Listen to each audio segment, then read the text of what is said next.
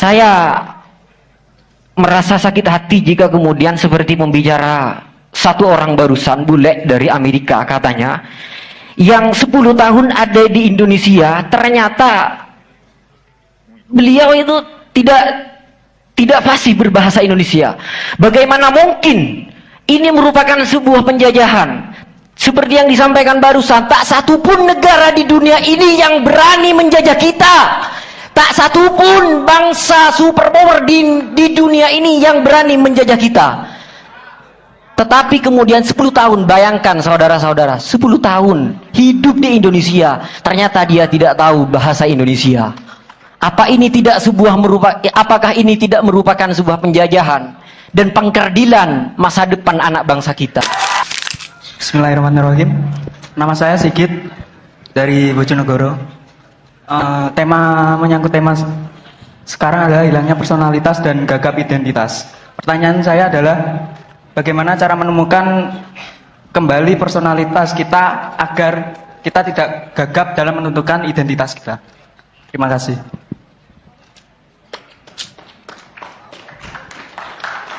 Assalamualaikum warahmatullahi wabarakatuh. Oke. Saya jadi tanya lagi. Mengingat yang dulu-dulu, tetap nggak bisa hilang dari memori saya bahwa Abah pernah bilang kita sudah memasuki sebuah desain 700 tahun yang lalu dan itu bisa diatasi, sebenarnya sudah bisa diperbaiki. Oke, saya sepakat.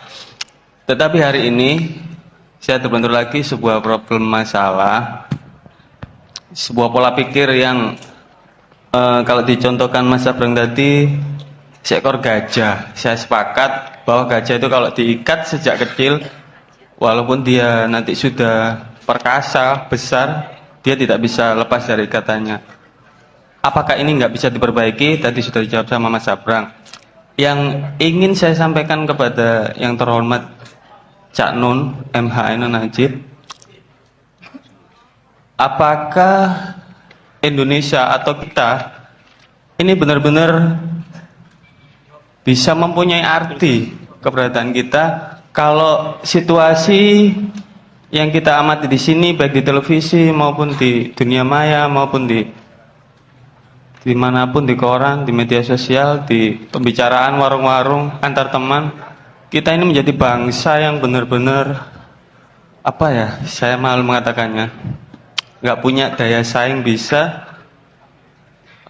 nggak punya andil apa-apa, nggak bisa berjuang apa-apa, menghadapi asap nggak bisa. Untuk jawaban yang akan saya dengar nanti, semoga bisa diterima juga oleh rekan-rekan semuanya. Saya berharap terus kepada Mak Iya ini, semoga ada apa ya, sebuah pencerahan yang benar-benar didambakan bersama, baik yang membenci Mak Iya maupun yang sepaham dengan Mak Iya. Terima kasih. Saya Khairul Sianto. Oke, selanjutnya. Assalamualaikum warahmatullahi wabarakatuh. Saya Seno dari Surabaya. Sebenarnya cukup simpel, dari bahasan-bahasan sebelumnya pernah kita ikuti. Mas ini juga bilang ada grand. Dan yang paling saya resah adalah ke depan kita akan dihadapkan dengan sesuatu yang lebih baru, yakni pemimpin-pemimpin yang secara langsung akan bertatap muka dengan kita, dan yang memang dulu tidak ada. Dulu itu ada ya langsung jadi, dan nanti ke depan kita akan melihat banyak pemimpin-pemimpin yang langsung akan berhadapan dengan kita, dalam artian kita dipersiapkan di pemilu yang akan mencoblos seseorang, mungkin itu kenal dengan kita, mungkin itu juga enggak. Dan ini gimana kita ke depannya nanti? Karena kita mungkin enggak akan tahu orang ini seperti apa. Cukup di situ aja, Cak Nun. Terima kasih. Assalamualaikum warahmatullahi wabarakatuh. Cek. Baik, Assalamualaikum warahmatullahi wabarakatuh. Perkenalkan, nama saya Zubairi Sajaka Amta. Saya jauh-jauh datang dari Sumeneb, Cak Non, karena beberapa hari yang lalu saya ditelepon teman bahwa malam hari ini Cak Non akan hadir di kegiatan pada kesempatan malam hari ini. Satu hal yang selama ini menjadi hantu di pikiran saya beberapa bulan terakhir ini, Indonesia heboh dengan program bela negara. Di Madura heboh dengan isu Madura provinsi, karena selama ini Madura ternyata sebagai penyuplai dari sektor migas terbesar ternyata hanya mendapatkan sekian persen, dan itu tidak cukup untuk masyarakat Madura dibilang sejahtera. Bagaimana kemudian kita semua ini, bangsa Indonesia, mencintai negara, kesatuan Republik Indonesia, jika semua orang bebas masuk, bebas menjadi pembicara, yang kemudian kapasitas keilmuan yang dimiliki tidak sesuai dengan apa yang kita harapkan, bagaimana mungkin bangsa kita ini menjadi bangsa yang superpower jika masuknya orang-orang bebas masuk tanpa kemudian ada filter yang jelas? Di Turki, di Malaysia, itu tidak sembarang orang, tidak sembarang pendatang yang masuk ke dua negara tersebut tiba-tiba langsung menjadi pembicara. Saya merasa sakit hati jika kemudian seperti pembicara satu orang barusan, bule dari Amerika katanya, yang 10 tahun ada di Indonesia, ternyata beliau itu tidak fasih berbahasa Indonesia. Bagaimana mungkin ini merupakan sebuah penjajahan? Seperti yang disampaikan barusan, tak satupun negara di dunia ini yang berani menjajah kita. Tak satupun bangsa superpower di dunia ini yang berani menjajah kita. Tetapi kemudian 10 tahun, bayangkan saudara-saudara, 10 tahun hidup di Indonesia, ternyata dia tidak tahu bahasa Indonesia. Apakah ini tidak merupakan sebuah penjajahan dan pengkerdilan masa depan anak bangsa kita? Mohon ditanggapi. Oke, Cak Non. terima kasih. Selanjutnya, Assalamualaikum warahmatullahi wabarakatuh. Nama saya Ahmad Faik Lasbiani. Saya dari Waru. Yang saya resahkan dari pikiran-pikiran saya adalah bagaimana pola pikir ini berubah, berawal dari orang tua. Kalau saya pikir, yang mereka tanamkan, yang kita dapat itu awalnya dari orang tua. Sedangkan pola pikir terbentuk dari anak kecil. Dari kita kecil itu kan pasti memori kita sampai tua akan mengingatnya. Dan pola pikir orang tua sudah berubah. Pandangan mereka, coba lihat nak Amerika, coba lihat Inggris. Mereka itu begitu kuat, begitu maju. Sedangkan kita nggak bisa berpikir bebas dari kecil. Jadi kita masih terbayang-bayang pikiran orang tua semacam itu. Bagaimana cara merubah pola pikir orang tua agar anak ini nggak didoktrinasi bahwa bangsa yang terkuat itu dari sana, padahal kita memiliki budaya yang lebih hebat dari Mojopahit, dari kerajaan-kerajaan Indonesia yang lain. Kita memiliki budaya sendiri yang lebih hebat lah dari dunia. Di bangsa mana lagi yang bisa memanusiakan manusia selain Indonesia? Begitu, terima kasih. oke, selanjutnya belakang sebelum yang di sini. Assalamualaikum, nama saya Niken. Saya akan mengajukan pertanyaan yang sama. Bukan saya bermaksud persisten, tapi ada titipan dari teman-teman untuk Cak Nun bahwa bahwa saya sepakat bahwa Cak Nun mengambil sikap yang berbeda dengan masalah PKI. Yang kami sebut, beberapa teman menyebutnya bahwa kita terlalu trauma, dibentuk trauma dengan PKI. Artinya bahwa kami menginginkan misalkan yang korban PKI 48, PKI 65, baik korban atau yang dikorbankan seharusnya mendapatkan porsi hukum yang cukup dan keadilan yang cukup.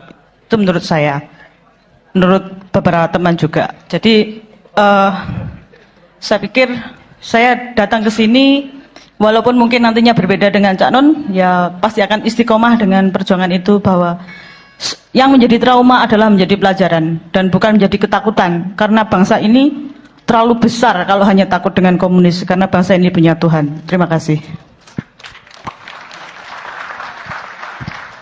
Oke, yang di sini 2, tambah 1 nanti dulu ya.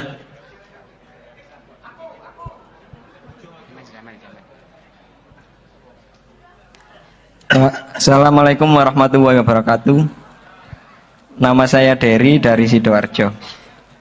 2 pertanyaan.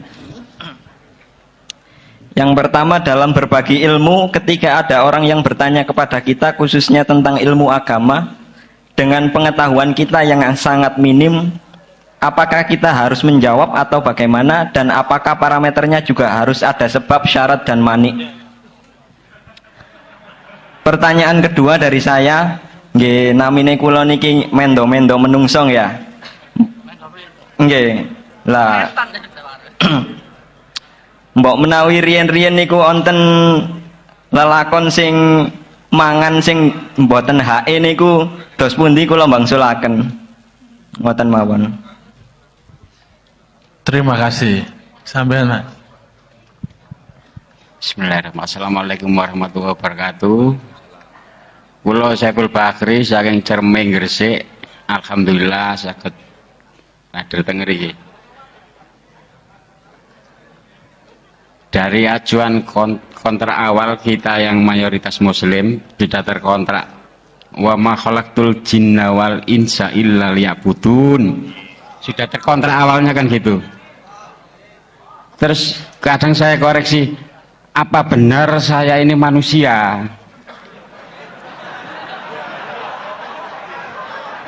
Apa benar saya manusia? Mungkin bisa gegeran. Apa benar kita manusia? Oh, syaratnya manusia nih ajuan dari statement Cak Nun. Syaratnya 1, tahu diri dan punya malu. Itu gak semudah. Ngakunya manusia mungkin bertengkar. Padahal syaratnya sangat sulit. Tahu diri dan punya malu. Terus mayoritas kita itu ngeklaim diri manusia, belum tentu. Ini ajuan dari cara tahu diri dan punya malu. Kontrak kita dari nol, asalnya nol, nggak ada aku. Terus kadang-kadang kayak sepele dan bisa jadi guyonan ini. Padahal sangat sulit. Ya kecuali orang yang dikaruniai Allah dapat rahmat, taufik, hidayah, inayah dan kekuatan sebagai kulini Allah di dunia. Nggak kuliah, kulinya Allah. Semoga kita mayoritas diberi kekuatan jadi kuli Allah dan harus menghilangkan kakwawut dengan sifat keaku-akuannya.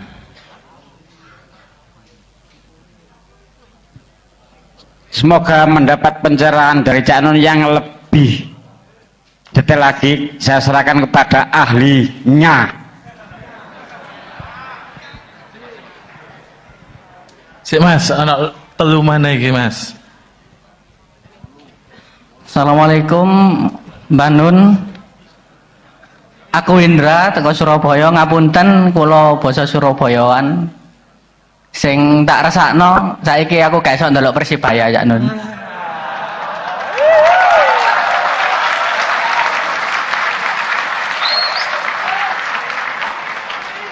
Aku asli arek Surabaya, lak disingkat ASU. Sebagai Cak Nun sebagai Presiden MAIA dan saya warganya dan Kiai Muzamil sebagai Menteri Agamanya.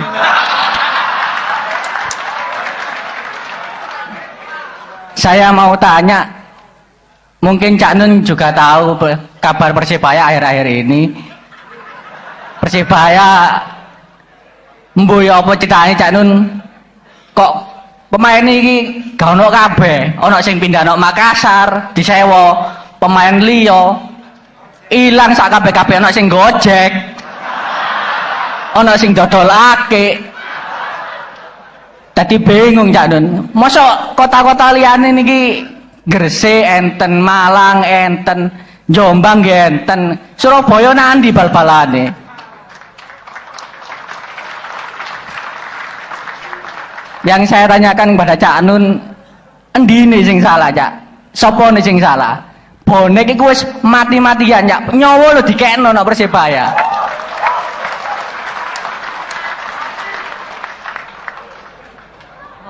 Kula tolong Cak Nun sampean jewer petinggi-petinggi ini sing mokong-mokong iki sampean jewer.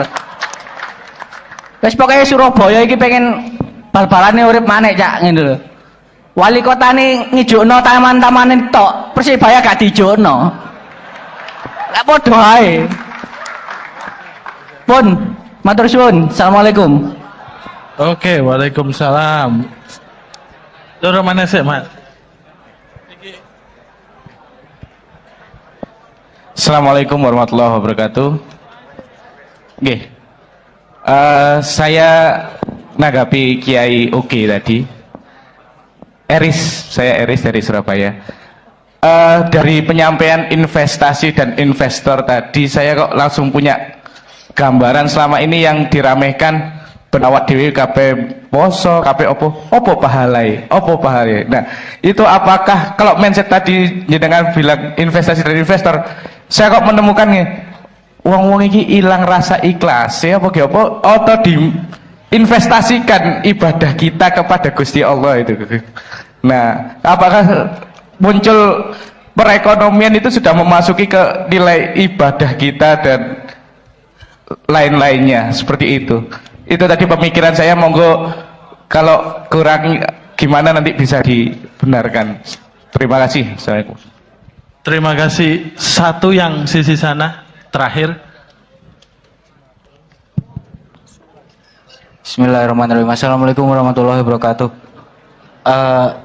Yang pertama tentang trauma kabatis ini, saya tertarik dengan pernyataan Bung Karno bahwa kita ini sebenarnya bukan bodoh tapi dibodohkan, dan kita ini bukan miskin tapi dimiskinkan oleh sebuah sistem.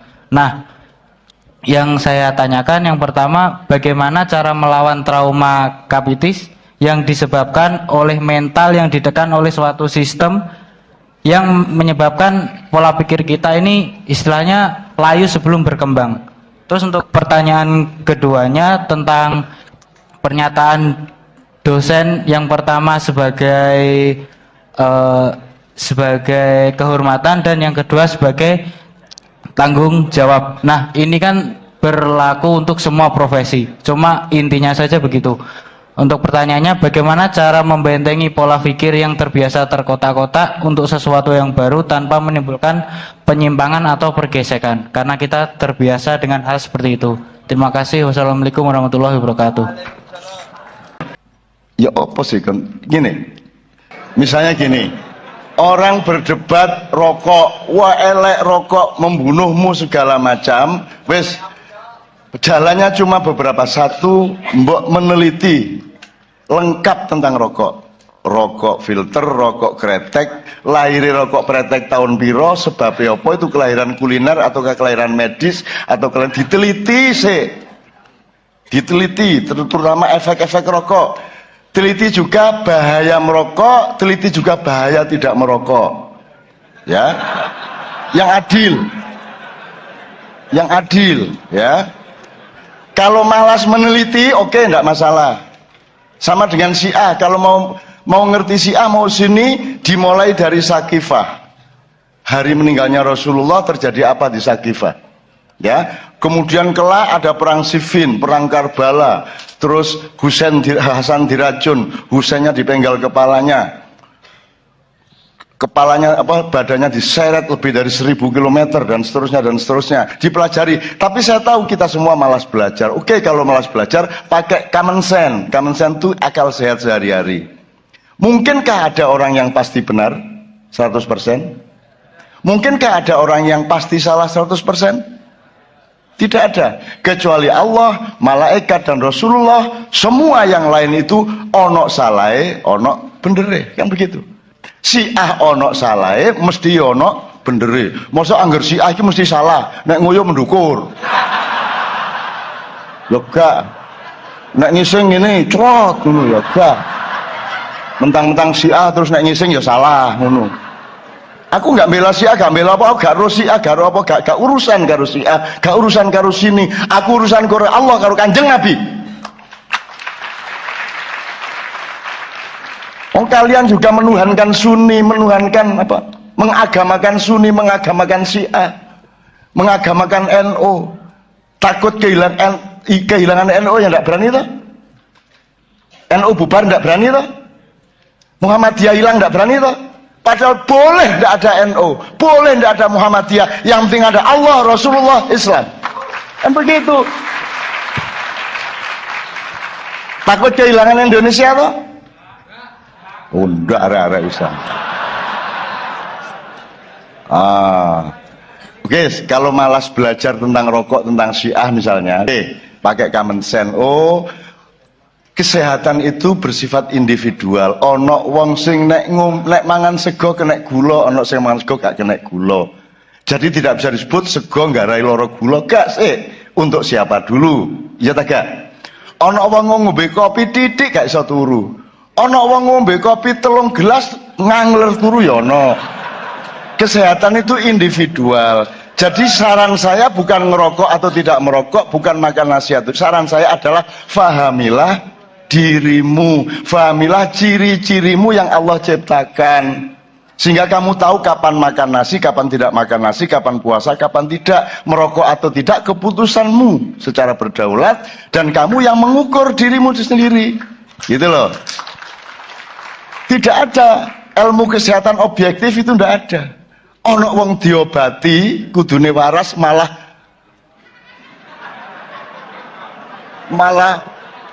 gak karu-karuan karena dia tidak tahan sama tetra misalnya. Dia tidak tahan sama zat tertentu. Jadi kesehatan itu individual, tidak ada yang objektif. Agama juga begitu. Kamu tidak tahu ini muslim apa bukan, kamu tahu. Kok cek iki mang? Apa bang-bangan ngecek muslim dulu? Ayo mlebu muslim, mlebu. NU ta Muhammadiyah mlebu, gak ono. Engko nek diterusno sunat tegurung kan. Aku kono dikai gerdu situk, kai kelambu selambu, mlebu sik dicek. Oh wes mlebu. Nggak bisa kamu ngecek manusia, makanya yang sabar sama manusia, yang arif sama manusia, yang penuh cinta sama manusia, jangan tuding-tuding. Jangan ngaran-ngarani sih. Wong ana sing sunat ketoke gak sunat kok. Nek ngomong pohon terus daun itu berarti ke dalam apa keluar, apa ke kiri, apa ke kanan, apa ke depan, apa ke belakang. Gini, nek pohon terus kursi, ya itu ke depan. Pohon, akar dan tanah berarti ke belakang. Tapi nek pohon buah, ya pokoknya ngerti ya, mana ke kiri ke kanan, mana melebar, mana lurus gitu ya. Oke, sekarang saya tanya, Pancasila 5 itu urut tak jejer? Wes gak ngel-ngel. Urut tak jejer? Urut ya. Berarti 1, 2, 3, 4, 5. Yang input yang awal apa yang belakang? Awal input berarti akhirnya output. Oke, sekarang Pancasila outputnya apa? Keadilan sosial bagi seluruh Indonesia. Jadi ini goalnya, produknya, kun fayakunnya adalah keadilan sosial bagi seluruh rakyat Indonesia. Sekarang saya tanya, sudah goal belum?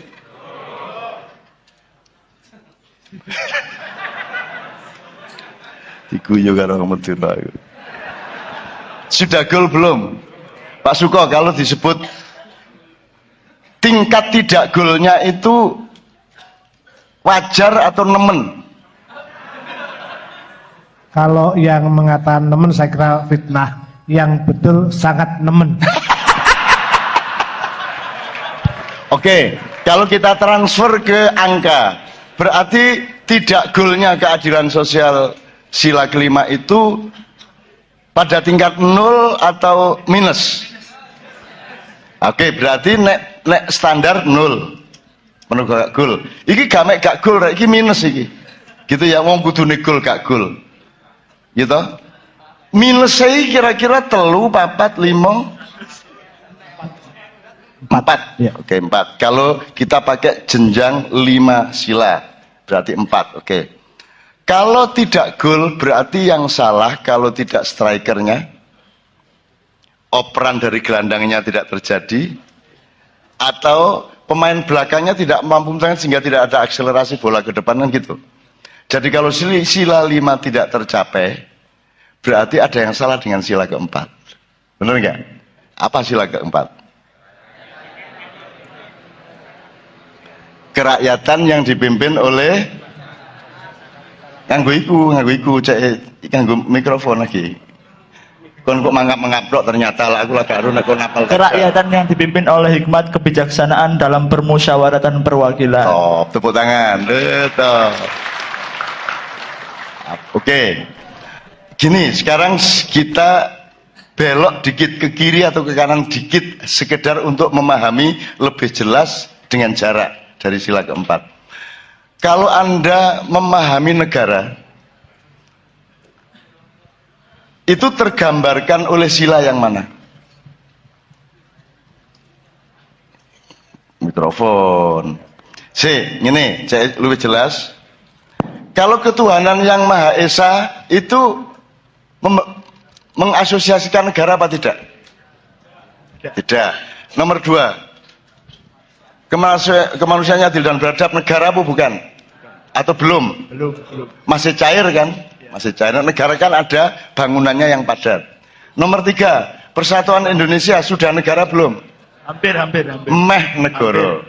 Meh negara. Soalnya wis bersatu. Ya. Nah, jadi dari 5 sila itu yang negara adalah kerakyatan yang dipimpin oleh hikmat itu. Yang keempat. Jadi keempat itu adalah ajaran tentang negara. Karena apa? Karena ada rakyat, ada permusyawaratan, ada perwakilan. Nanti detailnya baru kalau permusyawaratan itu adalah negara, kalau perwakilan itu pemerintahan. Yang berjajar dengan antara eksekutif, legislatif sama yudikatif. Tapi itu nanti kapan-kapan kalau detail. Tapi yang jelas negara itu sila keempat. Nah, sila keempat ini sudah jelas tidak bisa menghasilkan Pancasila kelima. Sila kelima. Iya. Nah, ini negaranya yang nggak benar atau sila ketiganya yang belum beres? Karena negara hanya sila keempat ini mergo urut loh ya, urut loh ya. Sila keempat ini baru bisa dibangun kalau sila ketiga beres. Apa sila ketiga? Persatuan. Aku sak takon, delok niki. Ono tagak persatuan. Dereng wonten. Dereng wonten. Lah kok nggak negara? Lu kan syarat terakhir ada 3 syarat toh. Sila pertama, sila kedua, sila ketiga. Nah, iki dipenuhi baru nggak negara. Kan gitu. Dulu sudah sedikit agak tergambar persatuan yaitu 28 Oktober itu dengan Sumpah Pemuda itu sudah agak menggambarkan, tapi ternyata belum substansial bener. Arek-arek yang ngeluh karo Sumpah Pemuda berbahasa satu bahasa Indonesia, ngeluh terus ya apa carane bal-balan cepat dioper ke sini. Gak enak rek. Terus marunu arek-arek karo bonek oleh ndelok. Bagaimana engkau? Ngopernya kok tidak tepat ya gak enak bonek. Cok kurang pas sih gue. Ya tak gak? Tapi melanggar Sumpah Pemuda kon, ya. Ya tak gak? Mosok bonek kanggo bahasa Indonesia yang baik dan benar. Gak cocok belas. Kon pas ngerusak warung. Ono situk loro ya. Koncone akeh.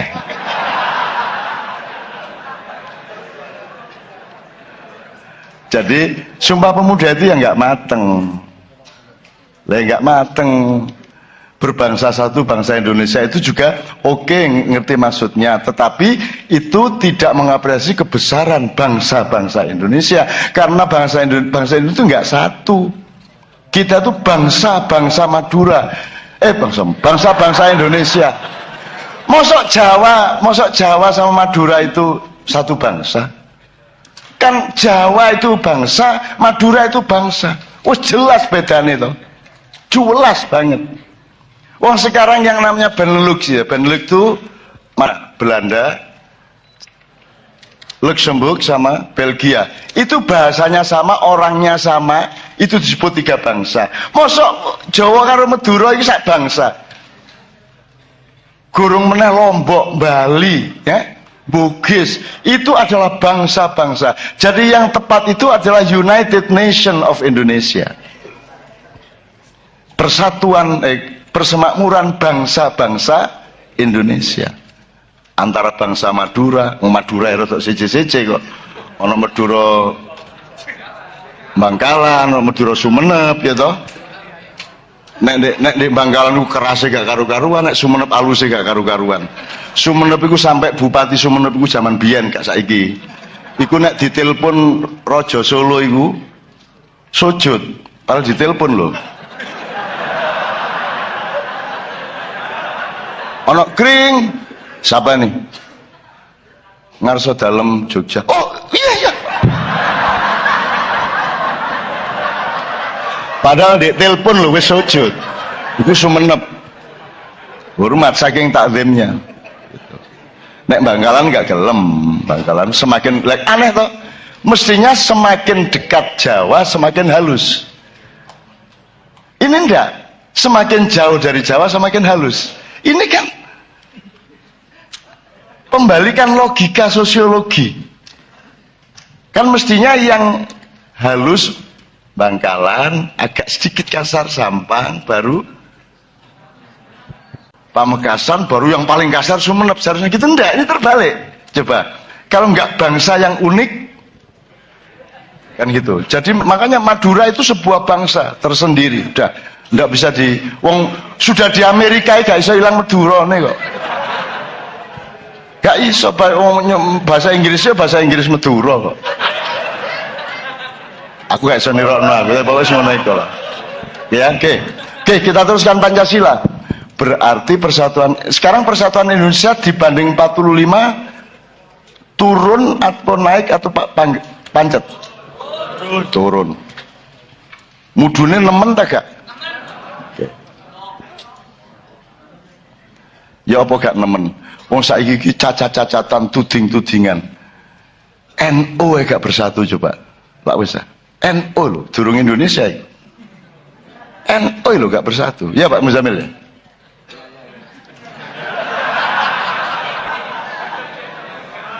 Dan Hadratus Syekh memberi waktu 2-3 tahun batasnya, harus NU menjadi bersatu kembali.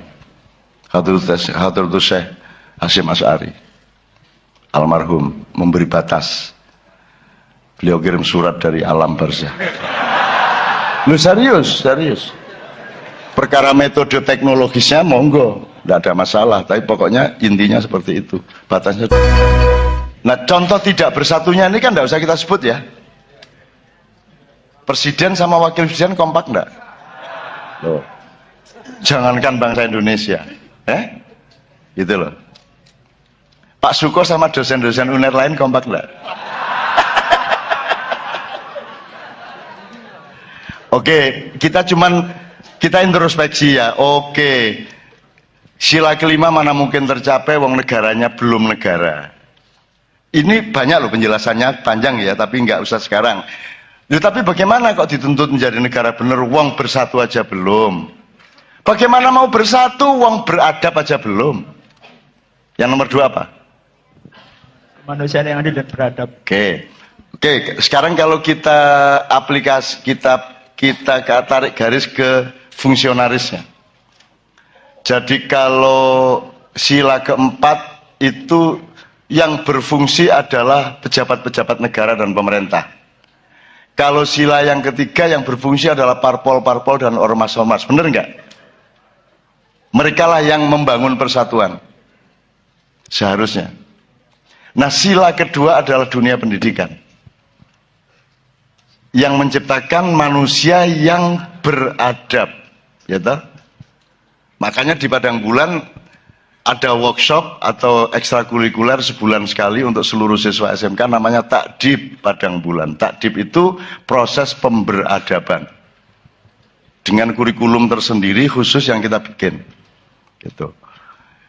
Ini Ma'iyah ini menurut saya sangat beradab. Tidak ada yang bertengkar, mau mendengarkan satu sama lain. tidak kaget oleh orang kayak apapun yang di panggung itu toh. Ngomong apa kok terima dan Anda tetap memilih toh, nggak terus nganut toh. Pak Muzamil, apakah orang Islam itu hanya boleh mendengarkan Quran tok dan yang baik-baik tok, terus tidak boleh mendengarkan yang lain-lain? Oh tidak, yang namanya telinga itu netral, universal, apa saja harus didengarkan. Menurut Quran sekarang? Ya, menurut Quran surat Az-Zumar. Az-Zumar ayat 18.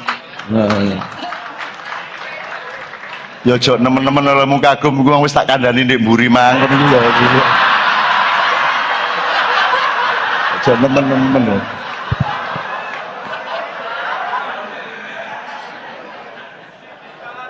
Jadi apa itu? Apa Pak Muzamil? Alladzina yastami'una al-qaul ya. Fabashshir ibadil ladzina yastami'una al-qaula fayattabi'una ahsana. Oke, betul. Tepuk tangan, tepuk tangan. Dek, ngono lho dadi wong Madura iki kaya iki lho ya. Ngono lho apa ayat. Kon aja muring-muring tok ae kon. Ya.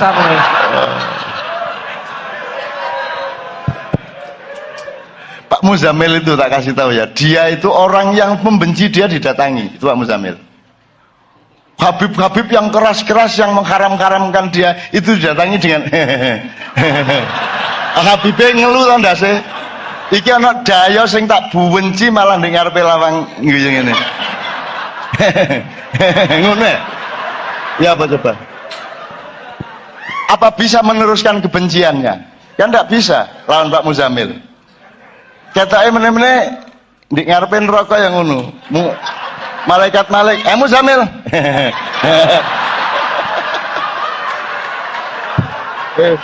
Akhirnya batal mlebu neraka akhirnya. Tapi begitu mekate mlebu swarga, malaikat Ridwan nyun sewu. Ngenyek kon yo.